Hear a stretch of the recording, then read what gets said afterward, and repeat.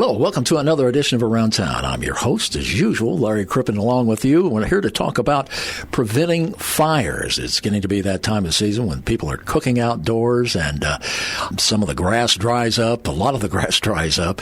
We're going to talk with the New Waverly Fire Department District Chief, Jimmy Williams, this morning. Welcome to the program, Jimmy. Thanks again for having me. It's great to have you here. You know, we had a pretty active fire season in Walker County for 2023 last year. Yes, we did. And then, everybody will remember some of the big fires. It was a very busy season across the state. But here in Walker County, we had a couple of major fires. We had the Gibbs Forest Fire was out west of town, several hundred acres. And then we had the Game Preserve Fire, which was 4,000 plus acres.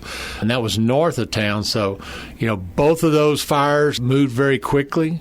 Took a lot of resources from all over the country to bring them under control. And the one thing I want to make everybody aware of is those big fires occurred in sparsely populated areas. And we're really fortunate that we didn't lose a lot of homes. And had they occurred closer to neighborhoods or in a highly populated area or even upwind of some of those highly populated areas where they could burn into those, we certainly would have had the potential to lose homes and maybe have some injuries, things like that. So it's as much that we did have some big fires, and it should make us more aware of the potential. I mean, we live in a forest area, and that's part of the lure of living in the country, is everybody likes to have the privacy of the woods. But we want to think about how can we protect our home? How can we make it more defensible in the case of a wildfire? And so there's a defensible space you used to talk about. Yes, and one of the big things we talk about, all of our Forest Service partners, our wildland firefighters, we talk about defensible space around the home. And what we're looking for is, you have to realize in a large wildfire, like the Game Preserve Fire, thousands of acres are burning. There's not enough firefighters to stand by every home that's approached by the wildfire. So you can do some things to make it more defensible, more chance of saving your home, and the fire will burn by without burning your home up. We look at some things like dry shrubbery, landscaping, anything that might spread the fire in the first 15 feet away from your home. So the first 15 feet is a defensible space. We want to keep that green as possible. If you have dead shrubbery or landscaping, now's the time to cut it down, pull it out.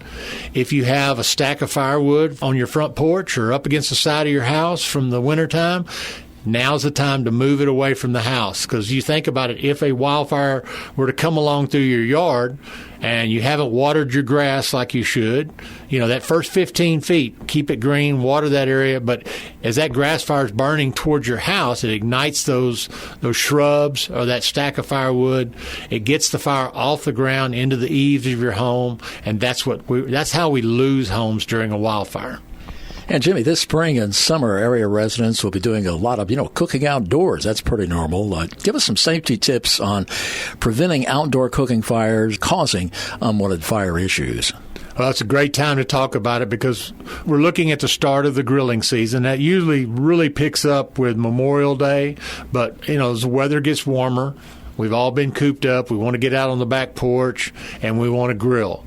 So some things we want to talk about is first of all, in a lot of apartment complexes, condominiums, most modern fire codes actually prohibit the use of charcoal grills for that very reason, because they can start a fire, a very dangerous fire that breaks out on that deck and then burns into the home.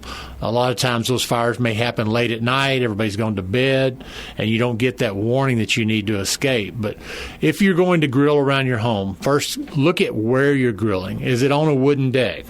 Is that wooden deck attached to your home?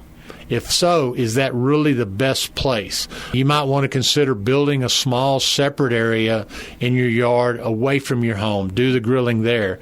If you don't have that option, at least make sure that you have a fire-resistant grill mat under your barbecue pit, because we've all seen that old barbecue pit that starts to rust out a little bit and the ashes fall out the bottom of it.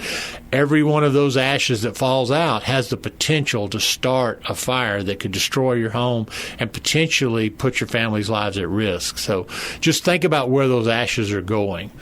And going into the house this time around with this question, it's always a good time to make sure your smoke alarm batteries are up to date. Can you fill us in on when those batteries should be changed and smoke alarm placement in the home? Well, in the past, we always kind of went with change your clock and change your batteries. And that was when we were using alkaline batteries, regular batteries that have to be replaced every year. What we're seeing now is a trend, and we're following that trend at the New Waverly Fire Department, of installing smoke alarms with long-life batteries that last up to 10 years. So we don't necessarily going to change those every year. If you have those long-life batteries in your alarms, just test that smoke alarm. We recommend at least monthly, but if you forget about it when you do the time change, that's a good time to go around and test all of your smoke alarms.